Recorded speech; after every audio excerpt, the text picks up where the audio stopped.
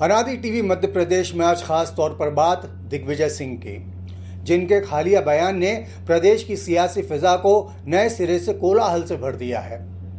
दिग्विजय सिंह ने प्रदेश भाजपा अध्यक्ष वीडी शर्मा के लिए जो कहा, उससे विवाद छिड़ गया है।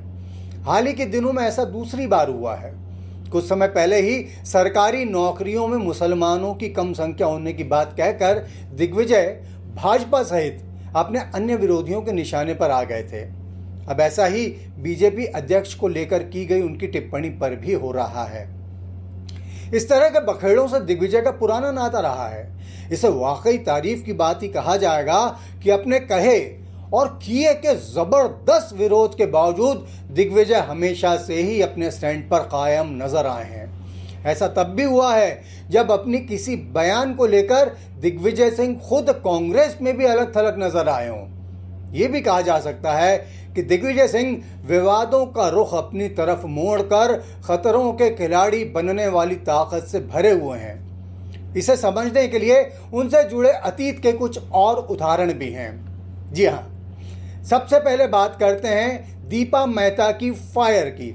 जी हाँ, फायर जैसी स्थिति बन गई थी। बात हो रही है दीपा मेहता की विवादित फिल्म फायर की, जिसकी शूटिंग उत्तर प्रदेश में उस समय हो रही थी जब मध्य प्रदेश में दिग्विजय सिंह मुख्यमंत्री थे।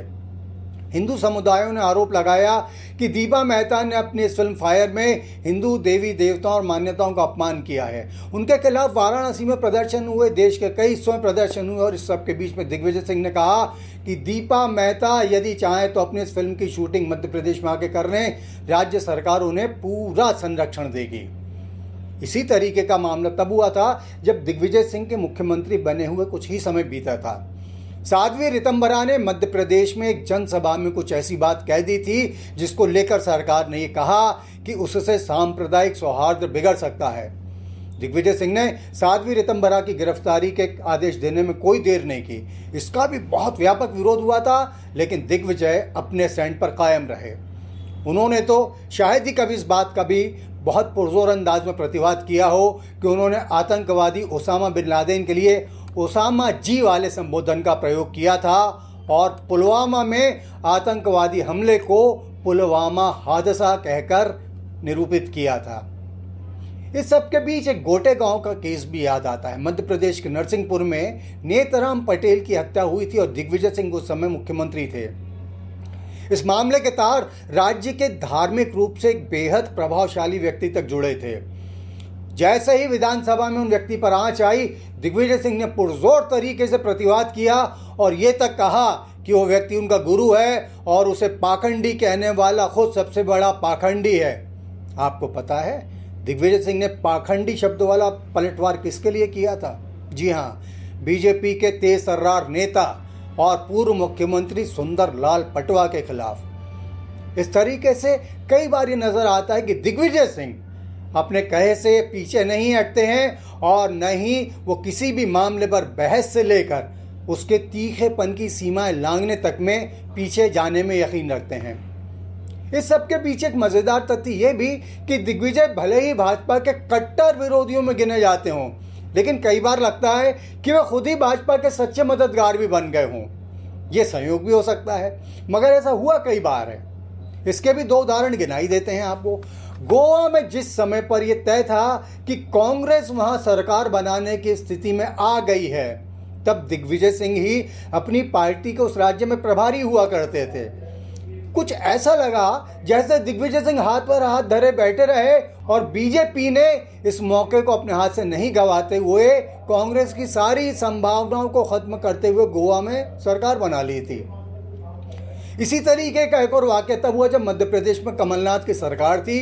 दिग्विजय सिंह का उस सरकार में काफ़ी दखल था और काफ़ी हद तक उन्होंने सरकार को सही तरीके से संचालित करने के भी प्रयास किए थे। तो बहरहाल एक समय वो भी आया जब ये लगभग तय था कि कमलनाथ सरकार के खिलाफ भारतीय जनता पार्टी एक बड़ी बगावत को हवा देने जा रही है।